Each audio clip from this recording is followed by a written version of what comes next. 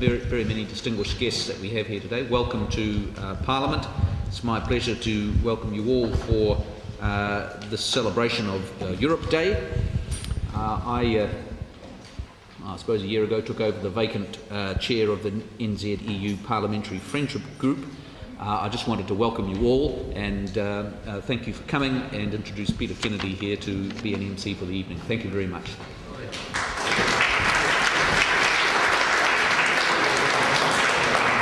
Thank you very much, Paul Goldsmith, for introducing this event, and also thank you for hosting it here in Parliament. Good evening, everyone. Tēnā koutou, tēnā koutou, tēnā koutou katoa. The European Parliament elections this year are significant for a number of reasons, not least being that this year is also the 100th anniversary of the beginning of the First World War. A war that cost the lives of millions on both sides, and also it cost the lives and injuries of 1/4 of the adult male population of New Zealand. That in itself should be reason enough for New Zealand and New Zealanders to be interested in the evolution of Europe, but it took a Second World War in which many Kiwis, Maori and Pākehā, again served and died before two great warring nations, France and Germany, determined that sharing resources rather than fighting over them held for their people a better future. The European Parliament became the only directly elected institution of this wonderful and unique experiment, even if the absurdity and the expense of moving the whole shebang between Brussels and Strasbourg once a month still exists to this day. We are most fortunate in having here this evening a number of distinguished academics and diplomats, each of whom is able to give us an inside view of how the European Parliament has coped with increased powers over time, what different member states might think of it, and what the future may hold. It's my very great pleasure to begin the process by inviting my old friend, Professor Martin Holland of the EU Centres Network, to talk to you.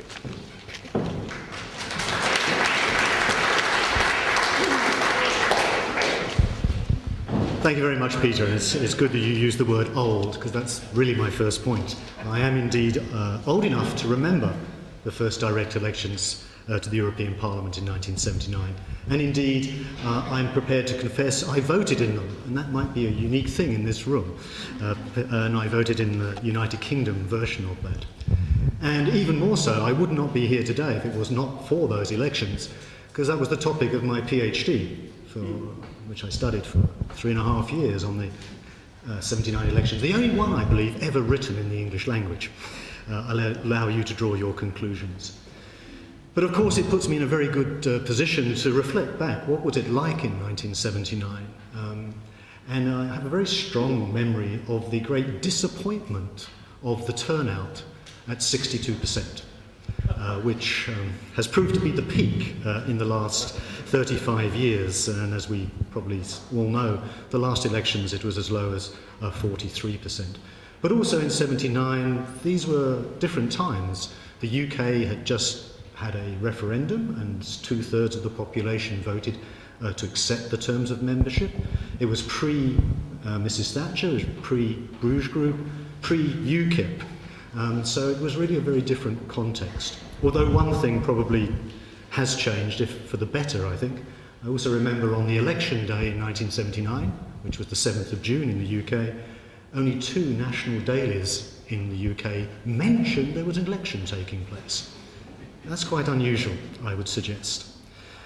Again, as Peter's hinted already in his introduction, since 79, you could say the elections have been in free fall, with fewer and fewer people voting at each election. And that we are now faced with this paradox, that under the Lisbon Treaty of 2009, we have a European Parliament that is a co-equal.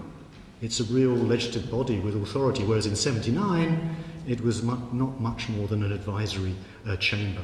And that body now really does affect everyday life of citizens in Europe. Perhaps the most important thing for everyday life is trying to reduce roaming fees for mobile phones, European Parliament initiative. We'll see whether that's sufficient to increase turnout. But in this coming election, certainly we have for the very first time some more well-known candidates standing across many, many countries. Indeed, 6 former members of the European Commission, the policy-making collective, are standing as members of the European Parliament. Some of you may have also followed the various political groups in the Parliament have nominated their preferred candidates for presidency roles of the Commission. First time this has happened. We've even had live televised debates put on by the same company that runs the Eurovision Song Contest, and they think it should be as successful. I'm not so sure. And you might think this is slightly odd coming from me, we have the success of Euroscepticism. I mean success in the sense, for the very first time, I think the nature of European integration is part of the mainstream debate of the elections. People are being asked to think about that, and that's not really been the case before. I only have 5 minutes, I believe, which is why I've taken my glasses off so I can't see the clock. But I'm sure my colleagues here on this panel will talk about this great opportunity in 2014 to renew the institutions. Because first of all, we have the European Parliament, a new political group, a new president of the European Parliament, but we'll also later this year have a new president of the Commission, of the Council, and a new High Representative. So the real top level of EU leadership is for renewal. And this really gives the EU a great opportunity to live up to the challenge of the Nobel Peace Prize, which was awarded 18 months ago. Some of you, I think, were in this room when we celebrated that. So it is a great opportunity for the dialogue and the debate about the EU to really take a new direction in 2014. Yes, I'm an optimist, but I think it is a very important year, and I look forward to the results, which will be announced on the 26th of May, so only in less than 3 weeks. Is that 5 minutes, Mr. Chairman? Thank you very much.